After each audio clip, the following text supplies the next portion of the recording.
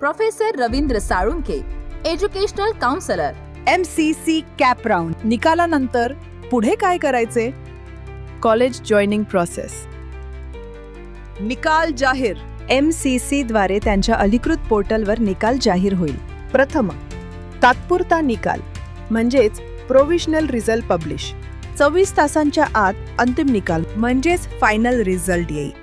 जर तुम्हाला महाविद्यालय मिळाले नाही तर पुढील प्रवेश फेरीमध्ये भाग घेण्यासाठी तयारी करा किंवा इतर राज्यातील खासगी महाविद्यालयामध्ये प्रयत्न करावा लागेल. जर तुम्हाला महाविद्यालय मिळाले तर MCC पोर्टलवरून तुमचे अलॉटमेंट लेटर डाउनलोड करा. अलॉटमेंट लेटरमधील तुमचे तपशील तपासा. कॉलेजचे नाव, कॉलेजचा ईमेल ID, नोडल ऑफिसरचे नाव आणि संपर्क क्रमांक. अधिक माहितीसाठी नोडल ऑफिसरशी संपर्क साधा. फी, रक्कम, tuition plus hostel plus mess, demand draft DD तपशील, इतर शुल्क. रेग्युलर डॉक्युमेंट व्यतिरिक्त काही इतर अंडरटेकिंग व फॉर्मॅट असतील ते डाउनलोड करा व फिलअप करून सोबत ठेवा. मिळालेल्या महाविद्यालयाच्या संकेतस्थळावरून म्हणजेच वेबसाईटवरून सर्व माहिती घ्या. आवश्यक कागदपत्रांची यादी आणि डिमांड ड्राफ्ट विषयी माहिती डाउनलोड करा.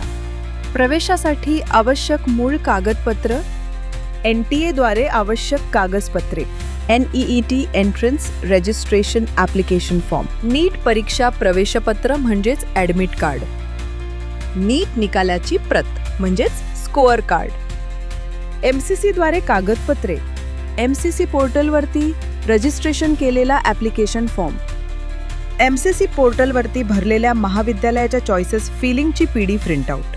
निकाल आल्यानंतर मिळालेल्या महाविद्यालयाचे अलॉटमेंट लेटर, MCC पोर्टलवरून डाउनलोड केलेले त्याची प्रिंटआउट.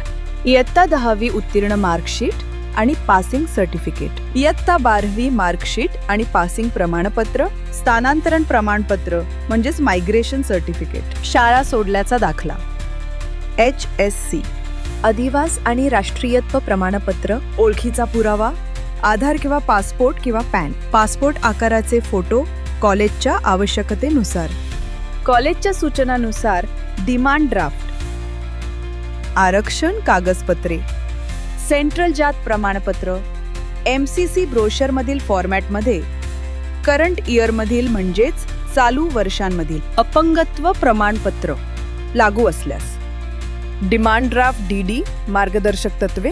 तर राष्ट्रीयकृत बँक किंवा नवीन खासगी क्षेत्रातील बँकेकडून DD बनवा यादी खाली दिली आहे. परंतु मिळालेल्या महाविद्यालयाशी संपर्क करूनच त्यांना कोणकोणत्या बँकेचा डिमांड ड्राफ्ट चालतो ते विचारा. DD बनवण्यासाठी पालकांचे खाते वापरा. संपूर्ण शुल्काची रक्कम एकाच बँक खात्यात ठेवा. DDच्या मागे लिहा उमेदवाराचे नाव, नीट रँक, नीट रोल नंबर. DDचा स्पष्ट फोटो काढून ठेवा. अपग्रेडेशनसाठी DD महत्त्वाचा आहे.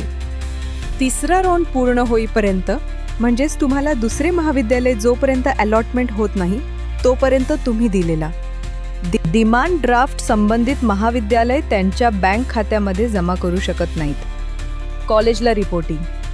महाविद्यालयामध्ये ॲडमिशनच्या वेळेस स्वतः विद्यार्थी हजर असणे आवश्यक आहे. पुढच्या राऊंडमध्ये तुम्हाला नवीन महाविद्यालय मिळाल्यानंतर पूर्वीच्या महाविद्यालयांमध्ये जाऊन प्रवेश रद्द करण्यासाठी स्वतः विद्यार्थी प्रत्यक्ष उपस्थित असणे आवश्यक आहे.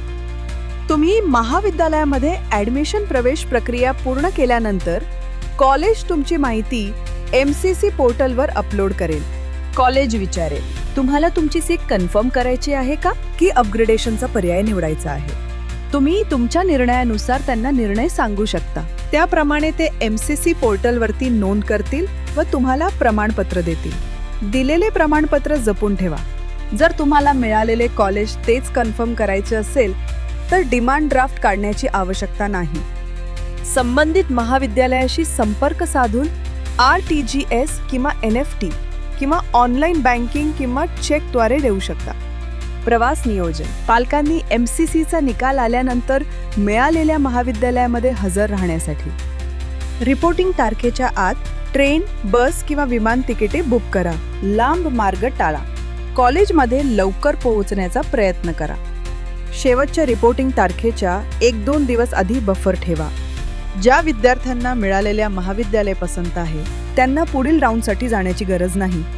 त्यांचे काउन्सिलिंग रिपोर्टिंग नंतर संपते. त्यांची चालू वर्षाची प्रवेश प्रक्रिया इथेच स्टॉप होईल. तिसरी फेरी संपल्यानंतर पालकांची मीटिंग बोलवून प्रत्यक्ष शैक्षणिक वर्षाला सुरुवात करतात. सोयीसाठी कॉलेजजवळ राहण्याची व्यवस्था करा. आमच्या ज्ञानगुरू शिक्षण सेवा टीमद्वारे तुम्हाला वेळोवेळी सहकार्य केले जाईल.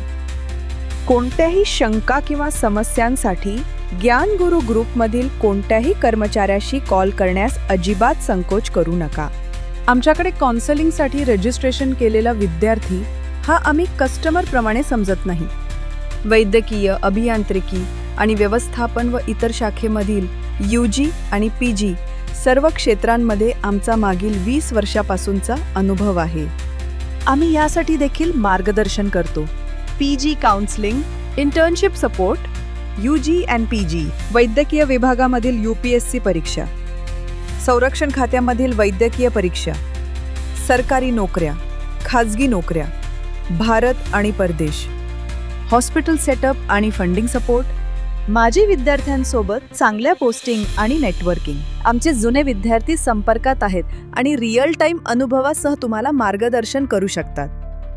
राष्ट्रीयकृत बँका, सार्वजनिक क्षेत्र, सरकारी मालकीचे, State Bank of India SBI, Punjab National Bank PNB, Bank of Baroda BOB, Canara Bank, Union Bank of India, Indian Bank, Indian Overseas Bank, IOB, UCO Bank, Bank of India BOI, Bank of Maharashtra BOM, Central Bank of India CBOI, Punjab and Sindh Bank. नवीन खाजगी क्षेत्रातील बँका Axis Bank, Bandhan Bank, CSB Bank, HDFC Bank, ICICI Bank, IDBI Bank, IDFC First Bank, IndusInd Bank, Kotak Mahindra bank, RBL bank, yes bank, AU small finance bank. Gyan Guru counselling centre, professor Ravindra Salunke, educational counsellor.